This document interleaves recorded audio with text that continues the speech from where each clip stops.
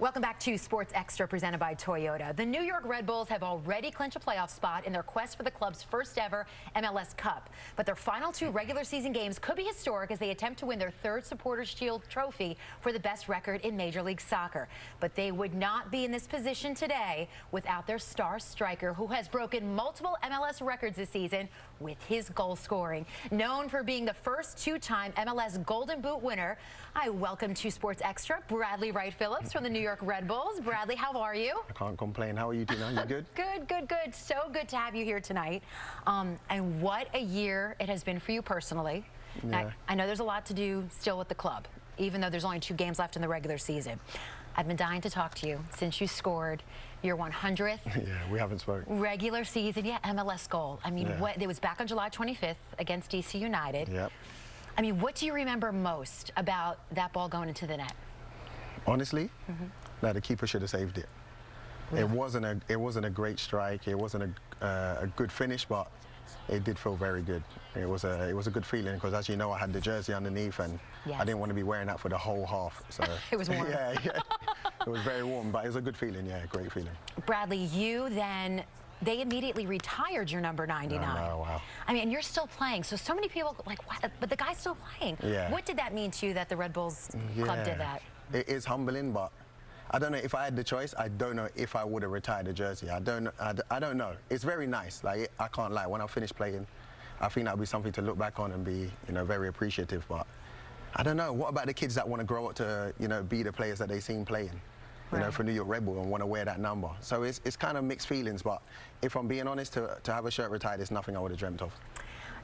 And just to let our Sports Extra audience know, I mean, you were the thing about the 100 goals, regular season MLS goals, you were the fastest to do it with 156 games. How do you look at your career right now with being able to attain that? Yeah, it doesn't feel finished. It feels like I have a lot to do, like you said, but it's definitely a lovely feeling. It definitely feels good, what I've done, because I've told you before. I came here to, if I'm being honest, to train with Thierry Henry, to see what that would be like, and now we're here talking. What did you learn from playing with Thierry, though? Yeah, a lot of things. I remember thinking the game was just about scoring goals and, just trying to hit the target. It is that for me, but there's a lot of things that go into that, into creating chances and just controlling the ball, knowing where players are around you. Just a different element to the game that I learned from him. I obviously can't execute all the things Thierry could, but I definitely do think about it when I play. He was just named the head coach at Monaco. Amazing. Did you, when you were playing with him, did he ever talk about being a head coach of a professional team? He would never say that in those words, but he definitely spoke, and he would be very into team formations and tactical decisions. So it's something he was capable of. I spoke to him not too long ago and he had mentioned this, so yeah, I'm happy for him, Now, you are also the first Major League Soccer player to score 20 goals in 3 separate seasons. Yeah, so I heard. So let's go through everything. You had 27 goals in 2014, unbelievable. It was only your second year with the team. 24 goals in 2016, and then you scored your 20th goal against San Jose in that win last week. What do you see as the common thread that allowed you to have these 20-goal seasons when you look at each of those 3 years?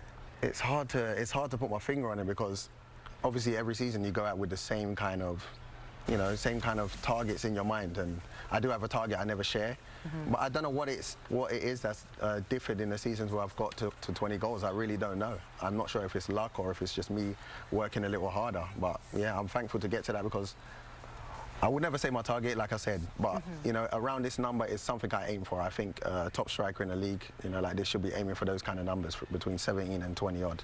So I'm happy to have got there. I want a few more assists though.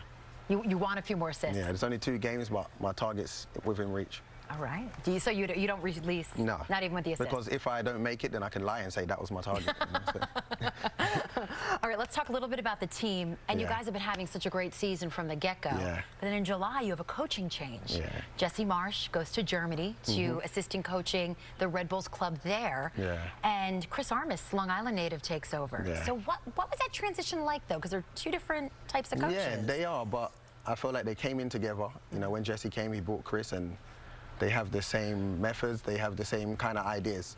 Obviously it differs. Chris likes his things a little different to Jesse, but we're still a high pressing team. We're still a team that's very energetic and young, and a lot of the game plan doesn't change. Just a few of Chris's ideas, you know, help us along the way. They've helped us.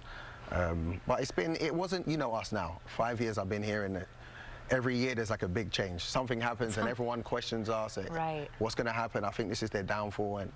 And again, we've got into the playoffs and we're looking strong.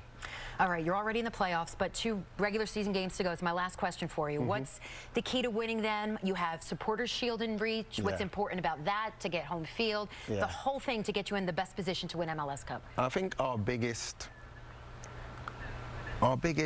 weapon is when we play better teams. I think now we're in a situation, playoffs, and then trying to win the Shield. We're playing good teams, and when we play good teams, we're a better team. We just are. It's something we've been trying to work on, you know, playing the teams that we should beat. When we play better teams, we win. So hopefully the playoffs, we'll be playing the teams that have been the best this season, and we can show out like we have been this season. And you have proven that against Atlanta, who's 1 point ahead of you guys. Yeah. But you continue to beat them. We need them to lose. We need a favor from. And you guys have to. Who do they play? Chicago and Toronto. So if you're watching, please do us a favor. Do that, Atlanta. Yeah. Bradley, as always, thank you so much. Tina, so good to see you again. Thank you for having me. Yes, Thank you. and I we'll appreciate it. be keeping track of you guys as they head into the MLS postseason. Bradley Wright-Phillips. We'll be right back on Sports Extra.